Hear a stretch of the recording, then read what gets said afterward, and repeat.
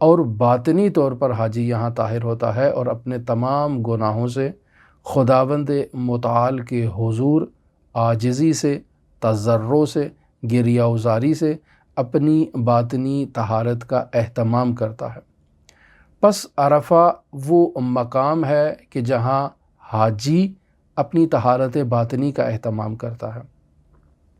حضرت صادق آل محمد علیہ آلاف و تحیت و ثنا سے جو روایت نقل ہوئی ہے اس کے مطابق عرفہ وہ مقام ہے کہ جہاں انسان اپنے گناہوں کا اعتراف کرتا ہے، وہ سرزمین ہے جہاں خدا اپنے بندوں کو اپنا عرفان عطا کرتا ہے، وہ سرزمین کہ جہاں حضرت ابراہیم علیہ نبینا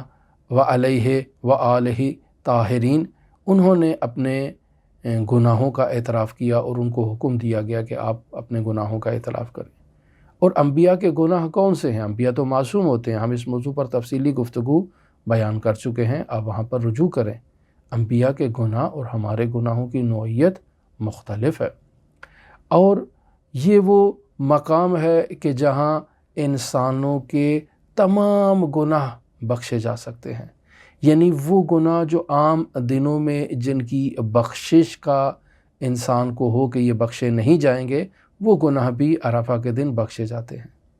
اور پھر بھی اگر عرفہ کے دن کوئی شخص یہ کہے کہ میرے گناہ بخشے گئے ہیں یا نہیں بخشے گئے، تو ایسا شخص پست ترین شخص ہے۔ پس عرفہ ایک نہایت ہی اہم دن ہے سلوک اللہ میں، لہٰذا اس عرفہ کے دن دعا کرنا، مناجات کرنا، خداوند متعال کی بارگاہ میں تضرع کرنا، یہ بہت ہی اہمیت رکھتا ہے، اور بطور خاص حضرات معصومین علیہم الصلاۃ والسلام سے نقل شدہ دعائیں ایک نہایت ہی وسیع و عریض دسترخوان ہے کہ جس سے ہر انسان اپنی استعداد کے مطابق، اپنے فہم و شعور کے مطابق ان دعاؤں سے استفادہ کرتا ہے اور فیض حاصل کرتا ہے۔ عرفہ کے دن بھی دعائیں اور مناجات نقل ہوئی ہیں۔ حضرت سید الشہداء علیہ آلاف و تحیت و ثنا کی دعا، رسول خدا صلی اللہ علیہ وآلہ وسلم نے عرفہ کے دن خطبہ دیا۔ یہ دعا جو حضرت سید الشہداء نے بیان کی عرفہ کے دن، اس کی قراءت نہایت ہی اہمیت کی حامل ہے۔ عرفہ کے دن ایسی عظیم الشان دعا جسے ہم سب پڑھتے ہیں، لیکن اس دعا کے عالی مضامین سے استفادہ کرنا ہم میں سے ہر کسی کو نصیب نہیں ہوتا۔ مرحوم امام خمینی رحمۃ اللہ علیہ فرماتے تھے کہ یہ ایک ایسی دعا ہے کہ جس کے عالی مضامین سے حتیٰ بزرگ عرفاء استفادہ کرنے سے عاجز ہیں، اور اس دعا سے متعلق یہ بھی نقل کیا گیا ہے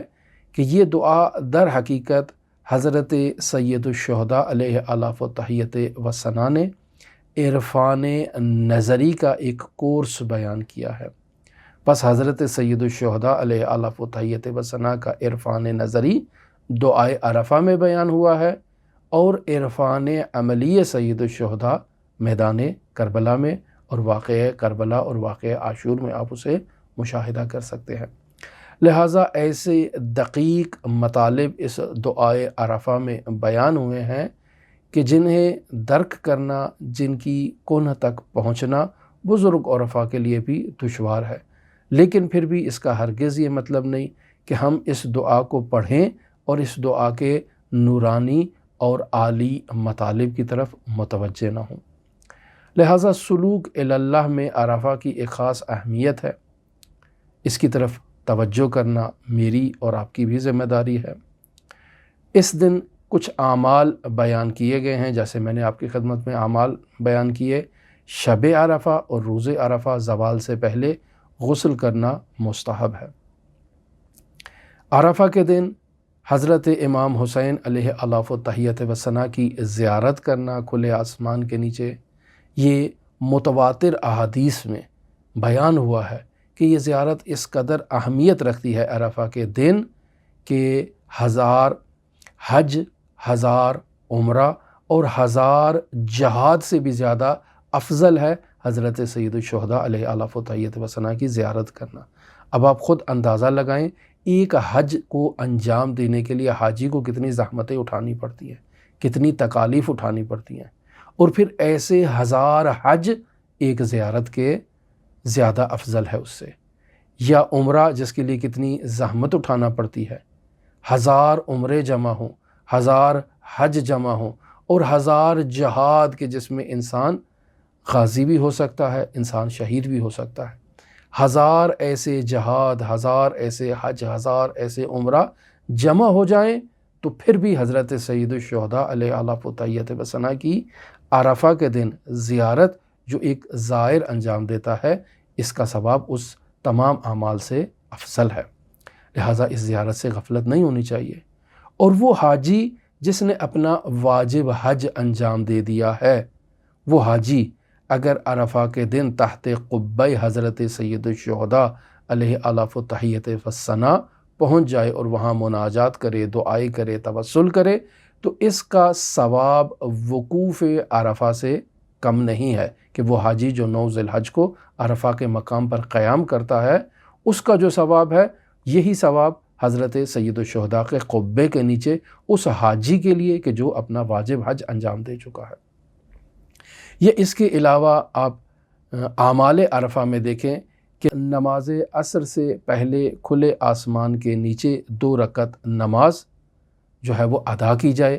جس میں پہلی رکعت میں سورہ الحمد کے بعد سورہ اخلاص پڑھی جائے، دوسری رکعت میں سورہ الحمد کے بعد سورہ کافرون کی تلاوت کی جائے، اپنے گناہوں کا اعتراف کیا جائے، تو یہ عمل مساوی ہوگا اس نمازی کے لیے ان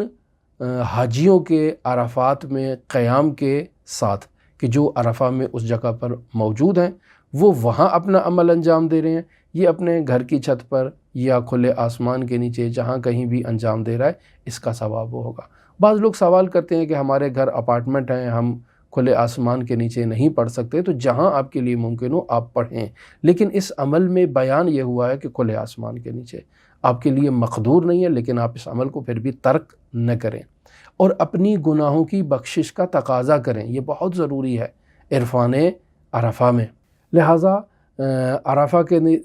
دن روزہ رکھنا مستحب ہے، لیکن اس کے لیے ایک شرط بھی بیان کی گئی ہے کہ اگر انسان اعمال روز عرفہ کو انجام دینے میں کمزوری محسوس کرے یا دعائے عرفہ کو پڑھنے میں کمزوری محسوس کرے، تب اس روزے کا استحباب اس سے اٹھا لیا گیا ہے کہ وہ روزہ نہ رکھے، تب اس کو چھوٹ دی گئی ہے، وگرنہ اگر وہ یہ جمع کر سکتا ہے تو روزہ رکھے۔ پھر 4 رکعت نماز بیان کی گئی ہے عرفہ کے دن کہ اس 4 رکعت نماز میں ہر رکعت میں سورہ الحمد کے بعد 50 مرتبہ سورہ اخلاص کی تلاوت کی جائے، اور پھر اس نماز کے بعد 10 عدد تسبیحات جو رسول خدا صلی اللہ علیہ وآلہ وسلم سے مروی ہیں انہیں انجام دیا جائے۔ نیز اس دن جو مستحب بیان کیا گیا ہے 100 مرتبہ سورہ اخلاص کی تلاوت کرنا، 100 مرتبہ آیت الکرسی کی تلاوت کرنا، 100 مرتبہ درود شریف کی تلاوت کرنا، یہ بہت اہمیت رکھتا ہے، اور اس کے علاوہ بھی بہت سارے اذکار اور اعمال ہیں۔ پس سلوک اللہ میں روز عرفہ کی ایک خاص اہمیت ہے۔ ایک عارف کو عرفہ کا دن مس نہیں کرنا چاہیے، ترک نہیں کرنا چاہیے، اور اس دن خداوند متعال سے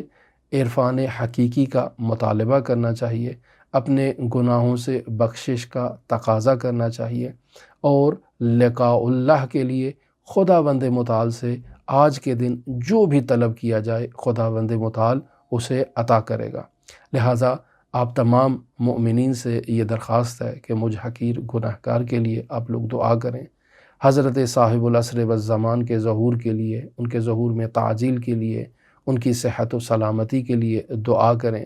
اپنے تمام قریبی مؤمن بھائیوں کے لیے یا حتیٰ ان مؤمن بھائیوں کے لیے جنہیں آپ نہیں جانتے ان کے لیے دعا کریں، ان مؤمنین کے لیے دعا کریں جو اس دنیا سے رخصت ہو چکے لیکن ان کی حاجات ہیں، ان کی مشکلات ہیں، چاہے وہ عالم برزخ سے متعلق ہوں، چاہے وہ اس عالم دنیا سے متعلق ہوں، ان مؤمنین کو یاد کریں۔ لہٰذا اپنے اعمال میں تمام مؤمنین کو یاد کریں، ان کی بخشش کے لیے، بلندی درجات کے لیے، سعادت اخروی کے لیے دعا کریں۔ میں بھی آپ سب کے لیے دعا گو ہوں، آپ سب کے لیے حضرت امام علی ابن موسیٰ رضا علیہ الاف التحیت و ثنا کے نورانی حرم میں دعا گو ہوں، آپ بھی ہمارے لیے دعا کریں۔ اللہم صلی علی محمد و آل محمد وعجل فرج قائم آل محمد۔